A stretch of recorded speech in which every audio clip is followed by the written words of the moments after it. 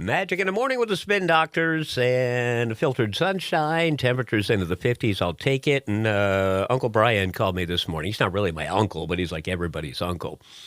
First off, Mike Barrett for good policies. And where does Uncle Brian tie into this, Mike? I'm waiting. Well, I came out of the weather forecast, and I said that this was the final Tuesday of March, and I keep messing that up. I've actually done it twice this morning. It's not the final Tuesday of March. Final Tuesday of winter. That's exactly it. Yeah. So Brian called me out on that. He says, you don't need more coffee, you just need it stronger. Yeah. Stop drinking the decaf there, pal. It's not helping you. Hey, real quick, as we head into our chat about insurance and good policies, kind of a bummer to hear about the Academy girls. Boy, 3 years in a row, they were so close to taking that title. Yeah. My niece was on the team the last 2 years, not this year. She graduated last year. So I was there for the heartbreak 2 times out of 3. And, man, I'm just...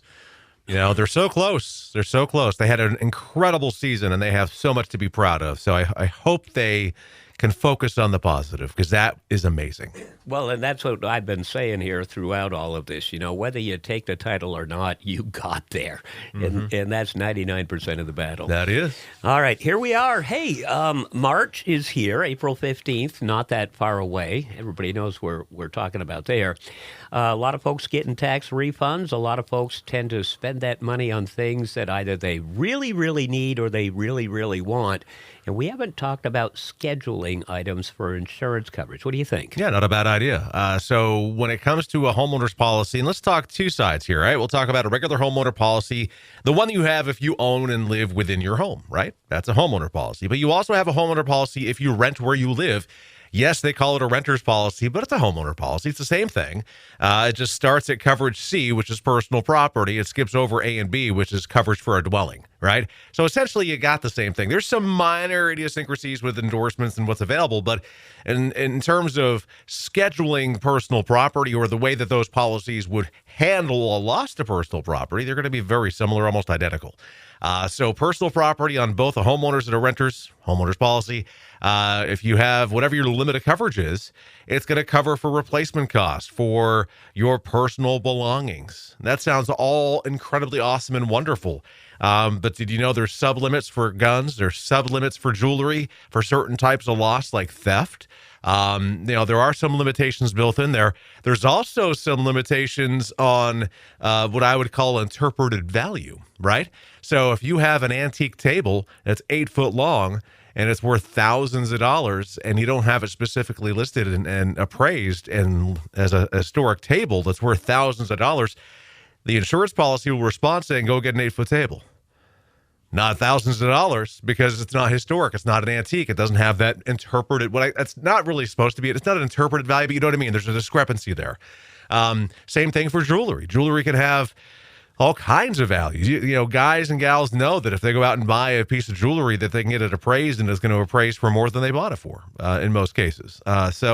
And then with jewelry, you also have the pieces like the diamond that could mysteriously disappear. Could have fallen down the dishwasher or the dish drainer. It could have been lost at a grocery store or at a water park or wherever you are. All areas where you have some exposure that can be of concern, right? And I could go on with examples all day and bore the bejeebers out of you. I won't. So let's get to the purpose of why you want to specifically schedule something. And that's why we call it scheduling. You're specifically listing an item. You're able to have for the jewelry, especially for the diamonds, the 4 C's, the cut, the clarity, the color, and the other C, which I'm forgetting right now. But you're going to have a value associated with that item, and you're going to have a description of that item. So if something happens to it, not only are you not subject to the regular response of personal property coverage on a homeowner policy, it's going to be specifically covered on that endorsement, which is going to give you some coverage for things that you may not have otherwise, like mysterious disappearance. Let's say you have a $5,000 homeowner deductible. It's not going to be subject to that because you've specifically scheduled it. It might be subject to no deductible or a $100 deductible. So there's many advantages, and it's very cost effective to do this.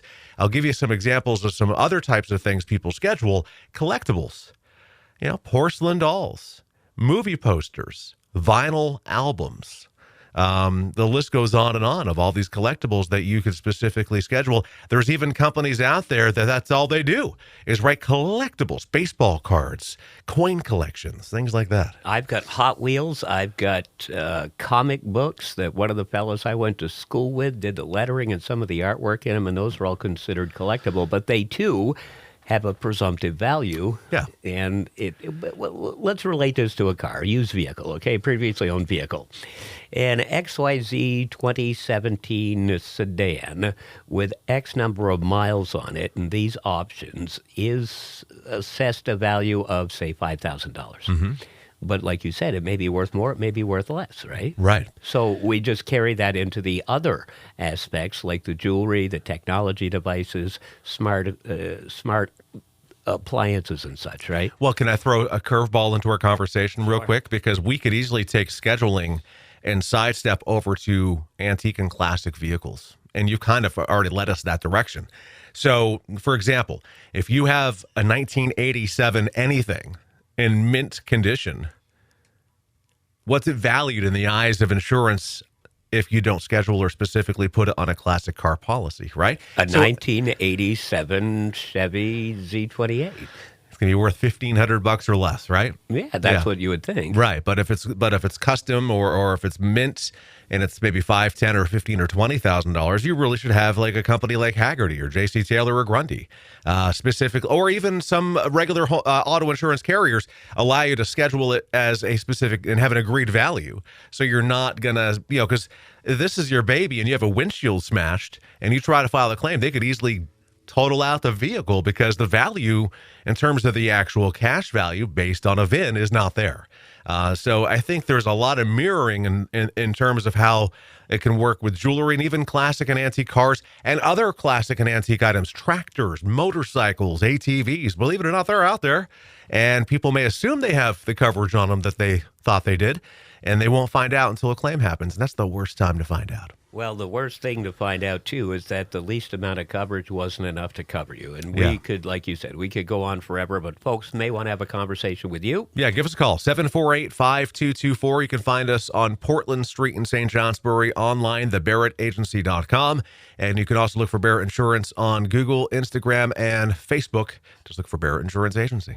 All righty. Thank you very much, Mike. Thank you, sir. Boy, your coffee smells good. I try. And Wes brings it in. I'm just not that nice, apparently, because every Thursday you're thanking Wes, and I'm every Tuesday I'm coming in with no coffee for you. I'm sorry. That's okay. You got to get little man off to school. Maybe I'll get you a coffee gift card someday. Or we can just sip it together. Good policies, part of Magic in the Morning. Music now from Ricky Martin and Christina Aguilera.